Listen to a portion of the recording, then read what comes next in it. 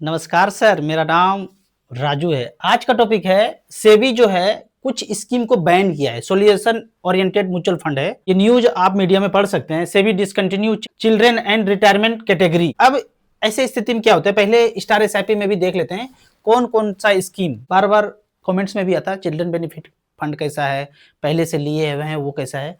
तो ये कैटेगरी है दो। एक तो चिल्ड्रन बेनिफिट फंड आपको मिलेगा, HDFC children fund, ICC children fund, UTI children fund, SBI children fund, Tata children fund, axis children fund, जितने भी इस तरह से एलआईसी चिल्ड्रन फंड, चिल्ड्रन और रिटायरमेंट वर्ड जिसमें है, ये आप देखेंगे 41 नंबर कैटेगरी में स्टार एसआईपी में।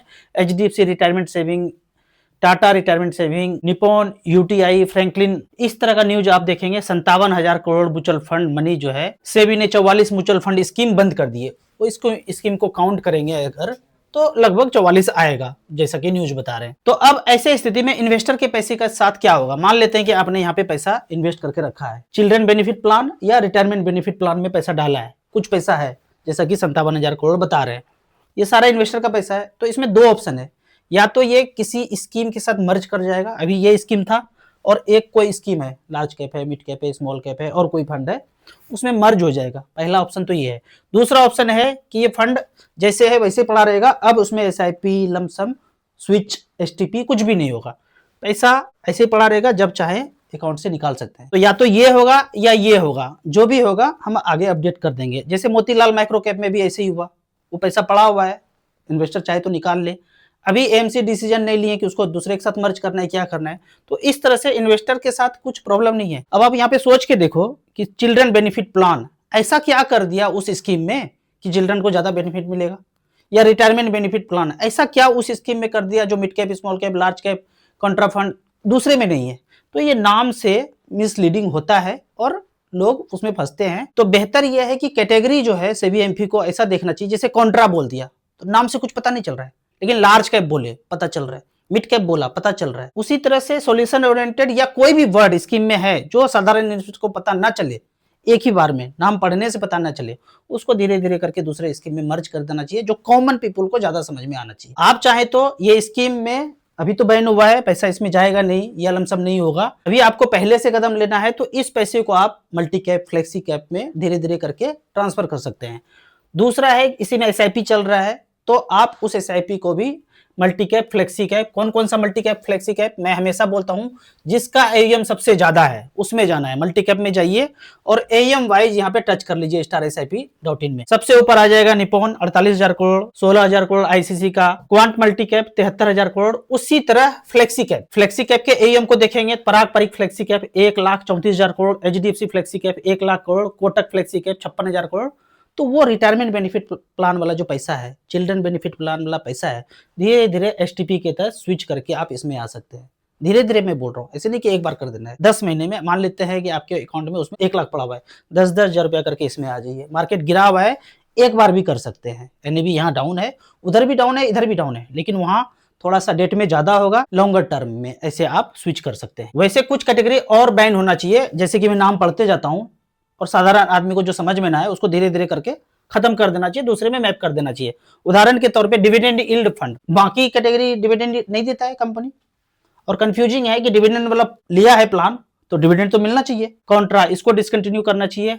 डायनेमिक एसेट एलोकेशन 18 नंबर में देखेंगे, value fund mid cap, small cap, large cap, उसमें वैल्यू नहीं है, ये अलग से एक वैल्यू है। फिर आप यहाँ पे सेक्टर को देखेंगे, sector technology, pharma, health care, infrastructure, banking. मतलब इन्वेस्टर को यहाँ पे रिस्क कम करना है या बढ़ाना है? बढ़ाना है तो शेयर है ना, म्यूचुअल फंड पे तो रिस्क कम होना चाहिए ना। तो क्यों हम हेल्थ केयर में, थीमेटिक में, इंटरनेशनल फंड इस सब में जाएं? अगर वहां कुछ बवाल हुआ, जैसा कि टीवी पे अभी हो रहा है, एक्चुअल में नहीं हो रहा है, टीवी पे हो रहा है, तो इंटरनेशनल फंड तो गया ना, इन्वेस्टर का पैसा गया ना। तो जितना डाइवर्सिफिकेशन होगा, एमपीसेबी को ये देखना चाहिए कि अगर 5-10 कंपनी डूब भी गया ना, तो 1 लाख में से 5-6 हजार रुपया ही इधर उधर हो। ऐसा नहीं कि 30-40% पैसा चला जाए। म्यूचुअल फंड उसी का नाम है। इतना ज्यादा रिस्क ओरिएंटेड में पैसा नहीं लगना चाहिए। Medium to long duration, medium duration, low duration, long duration, gilt fund, मतलब सारे कैटेगरी को बंद करके ना दो कर सकते हैं, debt short term, debt long term, एक लिक्विड कर सकते हैं। इतना ज्यादा बखेड़ा, नंबर ऑफ स्कीम आप देखेंगे दिमाग खराब हो जाएगा। 57 टाइप स्कीम है। मैंने पिछले वीडियो में बताया था कि एलपीजी गैस का जो कांड हो रहा है, ये सबको पाइपलाइन में डालने के लिए हुआ है, पाइप से कनेक्शन लेना है, आधार लिंक होना चाहिए। ऐसा आप आने वाले दिनों में पानी के साथ भी देखेंगे। तो ये ऑफर देना शुरू कर दिया कि आप सिलेंडर छोड़ के इसमें आ जाओ, आपको डिस्काउंट मिलेगा, फ्री में भी मिलेगा, 15 दिन फ्री, 1 महीना फ्री, उसके बाद तो बिल आएगा। याद रखिए पाइप वाले कनेक्शन में बिल ज्यादा आ रहा है, तो सिलेंडर पे ही रहना है, दूसरे चीज पे नहीं जाना है। और हमने ये पोस्ट भी किया था, ईस्ट इंडिया कंपनी तुम्हारा ड्रामा हमें पहले से पता था। हमारे जो दर्शक हैं, जागरूक हैं, उनको ये ड्रामा पहले से पता था। जो लोग जागरूक हैं, ये पिक सिर्फ उनके लिए है। बेटी के साथ मिसाइल टेस्ट देखने पहुंचे किम जोंग, बिल्कुल बकवास है। इजराइल अमेरिका जो टेररिस्ट कंट्री है, वो इस तरह का प्रोपेगेंडा सर्कुलेट करता है। अगर आपको जानना है ना कौन सा देश आजाद है, वही आजाद है जो वर्ल्ड बैंक से कर्जा नहीं लेता है। ये कर्जा नहीं लेता है, ईरान कर्जा नहीं लेता है, इराक कर्जा नहीं लेता है। जो उसके लिस्ट में है उसको कागज लोन पे दिया जाता है, कागज, डॉलर मतलब कागज। तो जो उस लिस्ट से बाहर है उसको बोलेगा टेररिस्ट है, क्योंकि वो कागज एक्सेप्ट नहीं कर रहा है। ईरान बोलता था भाग यहाँ से, कागज तुम्हारा नहीं लूंगा और तेल नहीं दूंगा। तेल चाहिए तो सामान देना पड़ेगा, फिर ये जो हमारा सामान है वो दूंगा, ऐसे नहीं कागज पे दूंगा। तो ये बहुत अच्छा कंट्री है। काफी सारे यूट्यूबर यहाँ जाके टीवी मीडिया के प्रोपेगेंडा को कुछ यूट्यूबर ने उसको डिस्क्लोज किया है, उसको आप सर्च करेंगे इस सब्जेक्ट पे तो आपको वो वीडियो आ जाएगा। अगला टारगेट ईरान के बाद यही होगा। अभी तो ईरान को करने में ही बहुत मुश्किल लगेगा उसको, अगला टारगेट वही है। और जो गाजा में हुआ है वो पूरे वर्ल्ड में ऐसा करने का वो प्लान रखता है, ऐसा दावोस में माफिया लोगों ने बोला है। दावोस के वीडियो में जाएंगे, वर्ल्ड इकोनॉमिक फोरम के वेबसाइट पे जाएंगे तो आपको ये पता चलेगा कि जो भी मैंने गाजा में किया है वो सब जगह करेंगे। दिल्ली, बम्बई, कलकत्ता, मद्रास, न्यूयॉर्क, लंदन, हर जगह करेंगे ऐसा। लोग बोल रहे हैं थर्ड वर्ल्ड वार होगा, ऐसा कुछ भी नहीं होगा। पहले 1 और 2 का बात जान लेते हैं।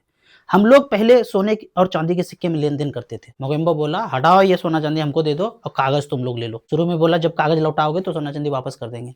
तो कुछ लोगों ने विरोध किया, हिटलर, सुभाष चंद्र बोस, इंदिरा गांधी, राजीव गांधी, उस जमाने में किया कुछ लोगों ने विरोध। तो उस जमाने में जो लोग थे विरोध किया कि भाई ये कागज नहीं लूंगा, सोने चांदी में लेन देन करूंगा। वर्ल्ड वार 1 और 2 में वैसे वैसे कंट्री को खत्म किया गया, वैसे वैसे आदमी को खत्म किया गया। जापान सबसे ज्यादा धुर विरोधी थे, उनको खत्म कर दिया गया। हिटलर सबसे ज्यादा धुर विरोधी थे, उनको खत्म किया गया। वर्ल्ड वार 1 और 2 में उन लोगों को किया गया जो कागज का विरोध करते थे। वर्ल्ड वार 3 में उन लोगों को टपकाया जाएगा जो कागज को बोलते हैं रहने देना है, डिजिटल में नहीं आना है। तो सारे लोगों को, मुझे, आप भी लाइक करते हो ना, सबको टपकाया जाएगा। तो बताओ वर्ल्ड वार 3 होगा? इतने लोगों को टपका देगा, तब तो वो भगवान ही हो जाएगा। तो नहीं होगा वर्ल्ड वार 3। टीवी पे जो भी आप देख रहे हैं प्रोपेगेंडा से बचना है और अच्छे चीजों को लोगों को तक ले जाना है कि एक्चुअल बात क्या है। वर्ल्ड वार 3 मतलब क्या? मतलब ये कि रुपया खत्म करके डिजिटल रुपये में लाना है। अरे भाई सोलर बैटरी में क्या बुराई है, या तो तेल से हजारों गुना अच्छा है, ऐसा आप सोचते हैं। अब सोचो ये जो बैटरी बन रहा है ना, लिथियम मिलता है ठंडे जगह पे, जम्मू कश्मीर हो गया, शिमला हो गया और आगे जितना भी पहाड़ी एरिया वहां। अब उस जगह को दिल्ली, बम्बई, कलकत्ता, मद्रास जैसा बनाया जाए, वहां से खोद खोद के सारा निकाला जाए और वो एरिया पोल्यूटेड हो जाए और ऐसा हो जाए दिल्ली जैसा। 2 घर है आपके पास, एक कचरा घर है और एक स्वच्छ घर है। तो क्या आप चाहेंगे इस कचरे को निकाल करके यहां डाल दिया जाए, ये भी खत्म कर दिया जाए? तो यही बात हो रहा है। बैटरी वाला गाड़ी, बैटरी वाला चीज जितना भी यूज होगा, जितना ज्यादा यूज होगा, उतना जम्मू कश्मीर, श्रीनगर, शिमला जैसे एरिया ना धीरे धीरे खाक में मिला दिया जाएगा। किसके द्वारा? मोगेम्बो के द्वारा। वैसे दिल्ली के जैसा हो जाएगा।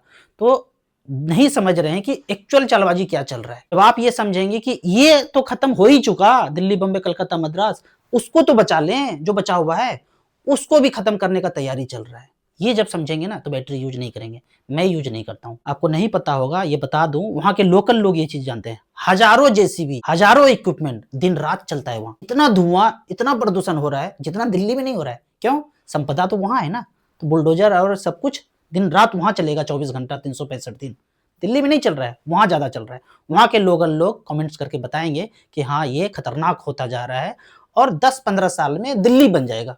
दिल्ली जाने के लिए दिल्ली नहीं जाना है, श्रीनगर वाला भी दिल्ली का मजा ले सकते हैं वहीं पे। एक बेहतरीन कमेंट्स है पेरेंट्स के लिए, ऐसा आप ध्यान से सुनिए। पेरेंट्स को अगर पैसा भेजते हैं तो घर में कलह जरूर होता है, तो उस कलह से दूर होने के लिए ऐसा कर सकते हैं। राजू भाई मैं ये पूछना चाहता हूं कि अगर 1,500 रुपया पर मंथ चाहिए तो कितने का एचडब्ल्यूपी करना पड़ेगा? मतलब एचडब्ल्यूपी में कितना पैसा रखूं?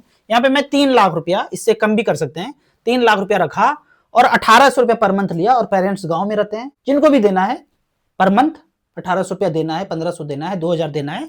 आप कैलकुलेशन यहाँ पे स्टार SIP में .in में जाके SWP सेक्शन में तीसरे मेन्यू में जाके कर सकते हैं कि 3 लाख रखा, 1800 रुपये पर मंथ लिया। SBI इक्विटी हाइब्रिड 2016 में रखा 3 लाख और 1800 रुपये पर मंथ लिए, तो 2,16,000 पेरेंट्स को चला गया हर महीने 1800 करके। आज बैलेंस बचा है 5,59,000।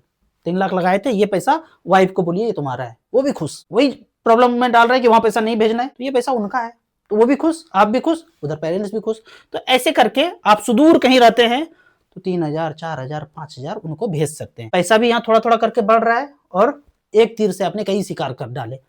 ICICI पोटेंशियल इक्विटी इंडेट 3 लाख रुपए रखा यहाँ पे, 1800 रुपए पर मंथ लिया, 2,16,000 ले चुके हैं, पेरेंट्स को चला गया, खत्म हो गया वो पैसा। आज बचा हुआ है 8,31,000। सोचिए बीबी जी कितना प्रसन्न होगी। दे रहे थे तो प्रसन्न नहीं थी, अब देने के बाद भी कुछ कुछ बच रहा है, अब प्रसन्नता है। तो ऐसा करके ऑप्ट कर सकते हैं आप धीरे धीरे करके। 3 लाख है तो 1-1 लाख करके 3 फंड में, SBI equity hybrid, HDFC equity hybrid, ICICI equity hybrid, bank वाला .com में बैलेंस कैटेगरी में धीरे धीरे करके इन्वेस्ट करना है।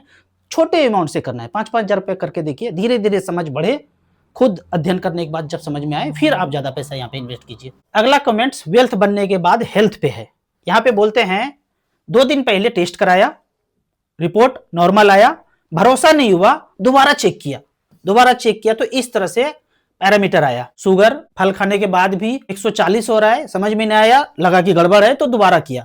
लिपिड प्रोफाइल, HDL कोलेस्ट्रॉल 42, इस तरह का रिपोर्ट है। ये ज्यादा मेडिकल टर्म में मैं घुसा नहीं हूं। एक बात जान लीजिए, वो लोग सबसे ज्यादा बीमार है जो बार बार टेस्ट करते हैं। वो व्यक्ति हेल्दी है जो टेस्ट नहीं कराते। मेरे जैसा कभी कोई टेस्ट कराया नहीं, कोई खून निकाला ही नहीं, मोगेम्बो को खून चूसने ही नहीं दिया हमने। उसके एजेंट भरे पड़े हैं यहाँ पे जंगल के लुटेरे, हमारा खून उसने कभी चूसा ही नहीं। ये सारे प्रोफाइल उसके ठीक हो गए, 1 से 1.5 महीना में सारे प्रोफाइल उनके ठीक हो गए। Thank you Amit ji. इस तरह के जाल में फंसे होंगे आप। हम सब मछली हैं, वो कांटा लगा करके WHO माफिया हम लोग को फंसाता है। इस तरह के पैरामीटर में अगर फंसे होंगे, एक्चुअली पैरामीटर कुछ और था, बदल दिया। शुगर का था 250 कभी जमाने में, अरे इसमें तो कोई फंस नहीं रहा है, फिर 200 किया, कुछ फंस गया, फिर बोला 140, फिर बोला 120, 100, अब तो सब फंस गया। तो इस तरह के जाल में अगर फंस रहे होंगे तो अमित जी का ये नंबर है, इनको कांटेक्ट कीजिए और 1 महीना अक्षरशः पालन कीजिए। जितने भी पैरामीटर हैं धीरे धीरे करके सब नॉर्मल हो जाएगा। ये नंबर है, इस नंबर को दिलो दिमाग में छाप लीजिए, कांटेक्ट कीजिए। फ्रूट्स खाने के बाद भी नॉर्मल आ रहा है, आपको क्या डराया? फ्रूट्स खाने से शुगर बढ़ जाता है, जबकि यहाँ उल्टा हो रहा है। जो मोगेम्बो अपना प्लान बताया है, एक्चुअली जो इस बीमारी के लिए बोलता है ये नहीं खाना है, आप वही खाओ, वो ठीक हो जाओ, क्योंकि उसको पता है ये खाएगा तो ठीक हो जाएगा, तो पहले लिख दो ये नहीं खाना है।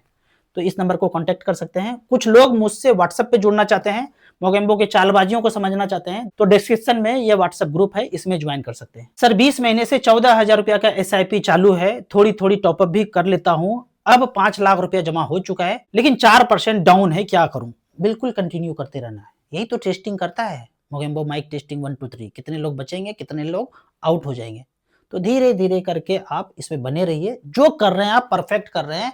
1 साल रुक जाइए, ये आपको अभी -4 दिख रहा है ना, +20 भी दिख जाएगा। थोड़ा सा बने रहिए। आपने जो भी स्कीम लेके रखे हैं, जो भी स्कीम होगा, आप 20 महीने से कर रहे थे, सब लोग ऐसे ही होगा, 20 महीने से, 2 साल से, 3 साल से, और नेगेटिव है। तो उसी फंड को देखिए, उसने 15 साल में किया क्या, 10 साल में किया क्या, 9 साल में क्या किया, 8 साल में क्या किया। थोड़ा सा 4-5 दिन अध्ययन करेंगे ना, तो आपका जो डर है वो मिट जाएगा और आप कंटिन्यू करेंगे। आपको इसी तरह म्यूचुअल फंड के बारे में और कुछ जानना है, इन्वेस्टमेंट के बारे में जानना है, तो इस नंबर पर मुझे व्हाट्सअप कर सकते हैं। अभी तक आपने म्यूचुअल फंड SIP शुरू नहीं किया है तो 1,000 का SIP आप स्मॉल कैप से शुरू कर सकते हैं, जिसका AUM सबसे ज्यादा है, उसमें शुरुआत करना है। धीरे धीरे समझ बढ़े, फिर आप दूसरे कैटेगरी में आप पैसा इन्वेस्ट करना शुरू कीजिए। आपको याद दिला दूं, मैं एक MP registered mutual fund distributor हूं। आप इसी तरह से कमेंट सेक्शन में क्वेश्चन पूछते रहिए। वीडियो अच्छा लगे तो लाइक एंड शेयर करें। Thank you so much.